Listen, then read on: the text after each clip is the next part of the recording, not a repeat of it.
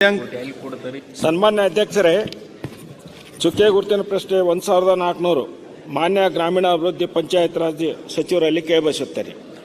ಉತ್ತರವನ್ನು ಒದಗಿಸಲಾಗಿದೆ ಅಧ್ಯಕ್ಷ. ಉತ್ತರವನ್ನು ಒದಗಿಸಿದ್ದಾರೆ. ನನ್ನ ಪ್ರಶ್ನೆ ಏನಂದರೆ 1992ರಿಂದ 2019 ಏನು ಹೊಸ ಆದೇಶ ಆಗುತ್ತಾನ ಏನು ಈ ಕರ ವಸೂಲಿತ್ತು ಬಾಡಿಗೆ ಇದರ ಜಮೀನು ಮತ್ತು ಕಟ್ಟಡಗಳ ಮೇಲೆ ಅದನ್ನು ಅಲ್ಲೇ ಆದ ಹಂತದೊಳಗೆ ಅವರು ಉಪಯೋಗಿಸ್ಕೊಳ್ಳೋಕೆ ಅವಕಾಶ ಕೊಟ್ಟಿದ್ದಾರೆ. ಅದನ್ನು 1992ರಿಂದ 2019 ತನಕ ಅನ್ವಯ ಮಾಡಬೇಕು. ಅದು ಈಗಾಗಲೇ ಅಲ್ಲಿ ಪಂಚಾಯತಿ ಒಳಗೆ ದುಡ್ಡೇ ಇಲ್ಲ, ಎಲ್ಲ ಖರ್ಚು ಮಾಡ್ಕೊಂಡ್ಬಿಟ್ಟಿದ್ದಾರೆ. ಈಗ ಹಣ ಪಾವತಿಸಕ ಇಲಾಖೆಯಿಂದ ಅಲ್ಲಿ ಪಂಚಾಯತಿಗಳಿಗೆ ಹೋಗಿದೆ. ಅದನ್ನು ತಾವು ಯಾವ ಹಂತದಲ್ಲಿ ಪರಿಗಣಿಸಿ ಅದನ್ನು ಮನ್ನಾ ಮಾಡಬೇಕು. ಯಾಕಂದ್ರೆ ಅವ್ರ ಹತ್ರ ಪಂಚಾಯತಿ ಮೊದಲೇ ಕಷ್ಟ ಅದ, ಅಭಿವೃದ್ಧಿಗೆ ದುಡ್ಡ ಇಲ್ಲ, ಅದನ್ನು ಮನ್ನಾ ಮಾಡ್ಬೇಕು ಅನ್ನೋದು ಅಷ್ಟೇ ನನ್ನ ಪ್ರಶ್ನೆ. ಅದಕ್ಕೆ ತಮ್ಮ ಮಂತ್ರಿ ಆದೇಶಕ್ಕೆ ಆಯ್ಕೆ. ಮಾನ್ಯ ಅಧ್ಯಕ್ಷರೇ, ನಮ್ಮ ಪಂಚಾಯತ್ ರಾಜ್ ಆ್ಯಕ್ಟ್ ಅದ್ರ ಪ್ರಕಾರ ನಾವು ಸೆಸ್ ಕಲೆಕ್ಟನ್ನು ಮಾಡ್ತಾ ಇದ್ದೀವಿ.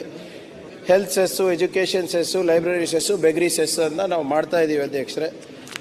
ಎಜುಕೇಷನ್ ಡಿಪಾರ್ಟ್ಮೆಂಟಿಂದ ಯಾವಾಗ ಎಜುಕೇಷನ್ ಸೆಸ್ ಕಲೆಕ್ಟ್ ಮಾಡಬಾರ್ದು ಅಂತ ಹೇಳಿದ್ರೆ ಅರ್ಬನ್ ರೂರಲ್ ಎರಡೂ ಬಿಟ್ಟಿದ್ದೀವಿ. ಒಟ್ಟಾರೆ ಟೋಟಲ್ 24% ಸೆಸ್ಸನ್ನು ನಾವು ಕಲೆಕ್ಟ್ ಮಾಡ್ತಾ ಇದ್ದೀವಿ ಅಧ್ಯಕ್ಷರೇ. ಮತ್ತು ಏನೇ ಸೆಸ್ ಕಲೆಕ್ಟ್ ಆದ್ರೂ ಅದೇ ಪಂಚಾಯತ್ನಲ್ಲಿ ಅದು ಸ್ಪೆಸಿಫಿಕ್ ಇದು ರೀಸನ್ಸಿಗೆ ಯೂಸ್ ಮಾಡ್ಬೋದು. ಹೆಲ್ತ್ ಸೆಸ್ ಅಂದರೆ ನೀವು ಏನು ಅಂಗನವಾಡಿನಲ್ಲಿ ಏನು ಅಪೌಷ್ಟಿಕತೆಗಿರ್ಬೋದು ಅಥವಾ ಹೆಲ್ತ್ ಆ್ಯಂಡ್ ಸ್ಯಾನಿಟೇಷನ್ ಇದಕ್ಕೆ ಕ್ಲೀನ್ ಮಾಡೋಕ್ಕಿರ್ಬೋದು, ಏನಾದರೂ ಬೇಕಾದರೂ ಪಂಚಾಯತ್ ಅವರೇ ನಿರ್ಣಯನ ನಾವು ಫ್ರೀಡಮ್ ಕೊಟ್ಟಿದ್ದೀವಿ ಅಧ್ಯಕ್ಷರೇ. ಮನ್ನಾ ಮಾಡಬೇಕು ಅಂತ ಏನು ತಮ್ಮ ಪ್ರಶ್ನೆ ಇದೆ ಅಧ್ಯಕ್ಷರೇ, ಮಾನ್ಯ ಸದಸ್ಯರ ಪ್ರಶ್ನೆ ಏನಿದೆ ಅಧ್ಯಕ್ಷರೇ, ಅದನ್ನ ಪ್ರಸ್ತಾವನೆ ಯಾವುದೂ ನಮ್ಮ ಮುಂದೆ ಬಂದಿಲ್ಲ. ಅದು ಏನಾದರೂ ಬಂದರೆ ನಾವು ಪರಿಶೀಲನೆ ಮಾಡಿಬಿಟ್ಟು ಅದೇನು ಕಾನೂನಿದೆ ಅದನ್ನ ನಾವು ಜಾರಿಗೆ ತರ್ತೇವೆ. 1788ನೇ ಪ್ರಶ್ನೆನ ಸನ್ಮಾನ್ಯ ಸಮಾಜ ಕಲ್ಯಾಣ ಸಚಿವರನ್ನ ಕೇಳಲಿಕ್ಕೆ ಬಯಸ್ತೇನೆ. ಮಾನ್ಯ ಅಧ್ಯಕ್ಷರೇ, ಉತ್ತರವನ್ನು ಒದಗಿಸಲಾಗಿದೆ. ಸನ್ಮಾನ್ಯ ಅಧ್ಯಕ್ಷರೇ, ಈ ಒಂದು ಮೊರಾರ್ಜಿ ಶಾಲೆ ಪ್ರಾರಂಭ ಆಗಿ ತುಂಬ ವರ್ಷಗಳಾಯಿತು. ಅಲ್ಲಿ ಪ್ರಾರಂಭದಿಂದನೂ ಕೂಡ ಕೆಲವು ಮೂಲಭೂತ ಸೌಕರ್ಯಗಳನ್ನ ಒದಗಿಸ್ಕೊಡ್ಲಿಕ್ಕೆ ಸಾಧ್ಯ ಆಗಿಲ್ಲ. ಮಕ್ಕಳಿಗೆ ಇನ್ನೂ ಕೂಡ ಬಿಸಿನೀರು, ಸ್ನಾನಕ್ಕೆ ಬಿಸಿನೀರು ಕೊಡ್ಲಿಕ್ಕೆ ಸಾಧ್ಯ ಆಗಿಲ್ಲ. ಅಲ್ಲಿ ಶೌಚಾಲಯಗಳ ಪರಿಸ್ಥಿತಿ ಮತ್ತು ಮಳೆ ಬಂದ ನೀರು ಸೋರ್ತಕ್ಕಂಥದ್ದು ಮತ್ತು ಅವರ ಒಂದು ಏನು ಬೆಡ್ಗಳು, ಹಾಸಿಗೆಗಳು ಸಮೇತ ಹೆಣ್ಮಕ್ಳಿಗೆ ಒಳ್ಳೆ ಹಾಸಿಗೆ ಕೊಟ್ಟಿದ್ದೀರಿ, ಗಂಡು ಮಕ್ಳಿಗಿಲ್ಲ ಅಂತ ಹೆಣ್ಮಕ್ಳೇ ನಮಗಿದೆ ಅವ್ರಿಗೆ ಕೊಟ್ಟಿಲ್ಲ, ಈ ಥರ ತಾರತಮ್ಯ ಮಾಡಬೇಡಿ ಅಂತ ಹೆಣ್ಮಕ್ಳೇ ಅವ್ರ ಪರವಾಗಿ ಕೇಳ್ತಕ್ಕಂಥದ್ದೆಲ್ಲ ಇದೆ.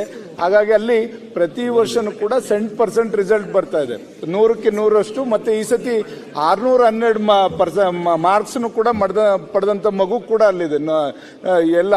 ಆದ್ದರಿಂದ ದಯಮಾಡಿ ಅಲ್ಲಿ ಬೇಕಾದಂಥ ಮೂಲಭೂತ ಶೌಚಾಲಯ ಇರ್ಬೋದು, ಸ್ನಾನದ ಗೃಹಗಳು, ಮೇಲ್ಛಾವಣಿ, ವಿದ್ಯುತ್ ವೈರ್ಗಳು ಎಲ್ಲದೂ ಕೂಡ ಹದಗೆಟ್ಟೋಗಿರ್ತಕ್ಕಂಥ ಪರಿಸ್ಥಿತಿ. ಹಾಗಾಗಿ ಈಗ 1,10,00,000 ಹಣವನ್ನು ಮಂಜೂರು ಮಾಡಿದ್ದೀವಿ ಅಂತ ಹೇಳ್ತಾರೆ. ಅದು ಯಾವುದಕ್ಕೂ ಕೂಡ ಸಾಕಾಗಲ್ಲ. ಅಲ್ಲಿ ಕಾಂಪೌಂಡು ಇಲ್ಲ, ಅಲ್ಲಿ ವ್ಯವಸ್ಥೆ ಹದಗೆಟ್ಟಿರೋದ್ರಿಂದ ದಯಮಾಡಿ ಅಲ್ಲಿ ಕ್ರೈಸ್ತನವ್ರಿಗೆ ಹೇಳಿ ಅಲ್ಲಿ ಏನೇನು ಅವಶ್ಯಕತೆ ಇದೆ ಅದೆಲ್ಲದಕ್ಕೂ ಕೂಡ ಹಣವನ್ನು ಒದಗಿಸ್ಕೊಡ್ಬೇಕು ಅಂತ ನಾನು ಅವ್ರನ್ನ ಒತ್ತಾಯ ಮಾಡ್ತೀನಿ ಅಧ್ಯಕ್ಷರೇ.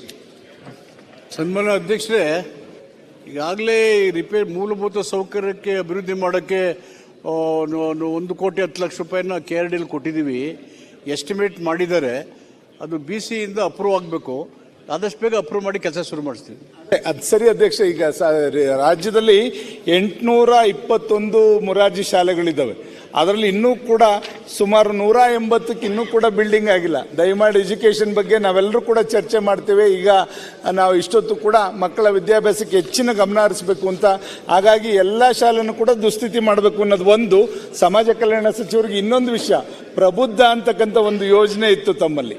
ನಿಮ್ಮಲ್ಲಿ ಏನು ಮೈನಾರಿಟಿ ಇವರು ದಲಿತರ ಮಕ್ಕಳು ವಿದ್ಯಾಭ್ಯಾಸಕ್ಕೆ ಇದ್ದಂಥ ಒಂದು ಯೋಜನೆ, PhDಗೆ ಹೋಗಬೇಕು ಅಂದರೆ ಈ ಪ್ರಬುದ್ಧ ಅಂತಕ್ಕಂಥ ಒಂದು ಯೋಜನೆ ಇತ್ತು.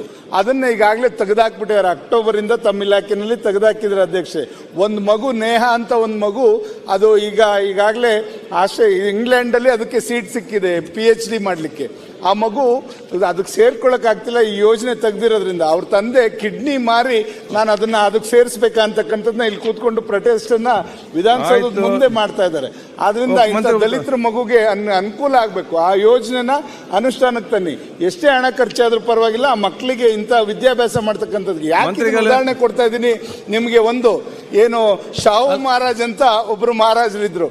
ಅಂಬೇಡ್ಕರ್ ಅವರು ಯಾವಾಗ ಸಂವಿಧಾನ ಬರೀತಕ್ಕಂಥ ಸಂದರ್ಭದಲ್ಲಿ ಅವ್ರನ್ನ ಗಮನಿಸಿ ಅವ್ರ ಮನೆಗೆ ಹೋಗಿ ಆ ಶಾಹು ಮಹಾರಾಜ್ ಅವ್ರನ್ನ ಮಹಾರಾಷ್ಟ್ರದಲ್ಲಿ ಹೋಗಿ ಅವ್ರ ಮನೆಗೆ ಹೋಗಿ ಅವ್ರನ್ನ ಓದಿಸ್ಲಿಕ್ಕೆ ಅವ್ರನ್ನ ಇಂಗ್ಲೆಂಡಿಗೆ ಕಳಿಸಿದಂಥದ್ದು ನಿದರ್ಶನನೂ ಕೂಡ ಇದೆ.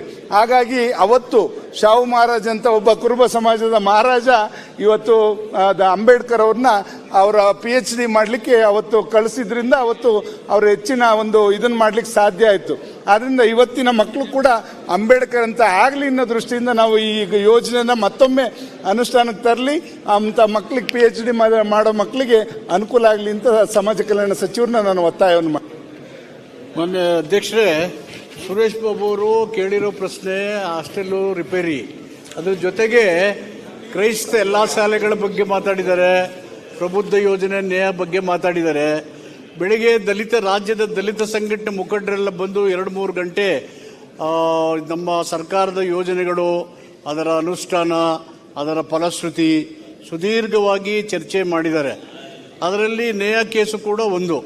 ತಾವು ಪ್ರಬುದ್ಧ ಯೋಜನೆ ನಿಲ್ಲಿಸಿಲ್ಲ, ಅದಕ್ಕೆ ಹಣಕಾಸಿನ ಒಂದು ಮಾಡಿದ್ರೆ ಆರ್ಡರ್ ಇದೆ, ಅದನ್ನ ಆದೇಶ ಅಕ್ಟೋಬರ್ ಅಲ್ಲಿ ಆದೇಶ ಆದೇಶ ಇದೆ. ನಮ್ಗೆ ಬಾಬಾ ಸಾಹೇಬ್ ಅಂಬೇಡ್ಕರ್ ಏನ್ ಹೇಳಿದ್ದಾರೆ ಅಂತ ಅವ್ರಿಗೂ ಗೊತ್ತಿದೆ, ನಮಗೂ ಗೊತ್ತಿದೆ. ನಾವು ಅಧಿಕಾರದ ನಿರ್ಣಾಯಕ ಸ್ಥಳಕ್ಕೆ ಹೋಗ್ಬೇಕಾದ್ರೆ ಹೈಯರ್ ಎಜುಕೇಶನ್ ಬೇಕು. ಅಧಿಕಾರದ ನಿರ್ಣಾಯಕ ಸ್ಥಳ ಅಂದ್ರೆ ಪಾಲಿಸಿ ಮೇಕಿಂಗ್ ಚೇರ್ ಅಂದ್ರೆ ಹೈಯರ್ ಎಜುಕೇಶನ್ ಬೇಕು. ಅದಕ್ಕೆ ನಾವು ನಿರ್ಬಂಧ ಮಾಡಿಕಂದ್ರೆಲ್ಲ ನಾವು ಪುನರ್ ಪರಿಶೀಲನೆ ಮಾಡಿ ಹೈಯರ್ ಎಜುಕೇಷನ್ಗೆ ಉತ್ತೇಜನ ಕೊಡಲಿಕ್ಕೆ ಏನು ಸಾಧ್ಯತೆ ಇದೆ ನಮ್ಮ ಬಡ್ಜೆಟ್ ವ್ಯಾಪ್ತಿ ಒಳಗಡೆ ವಿ ವಿಲ್ ರೀಎಕ್ಸಾಮೈನ್. ಸುದೀರ್ಘವಾಗಿ ಚರ್ಚೆ ಮಾಡಿದ್ದೀವಿ ಎಲ್ಲ ವಿಷಯಗಳನ್ನು ಇದ್ರ ಜೊತೆಯಲ್ಲಿ. ಮತ್ತು ನಿಮ್ಮ ಹಾಸ್ಟೆಲ್ ಸಂಬಂಧಪಟ್ಟಾಗಲೇ ಈಗಾಗಲೇ ದುಡ್ಡು ಕೊಟ್ಟಿದ್ದೀವಿ, ಅವರು BC ಅಪ್ರೂವ್ ಕೊಡಬೇಕು, ಅದ್ರ ಕೆಲಸ ಶುರು ಮಾಡ್ತೀವಿ. ನಾವು ಬಹುತೇಕ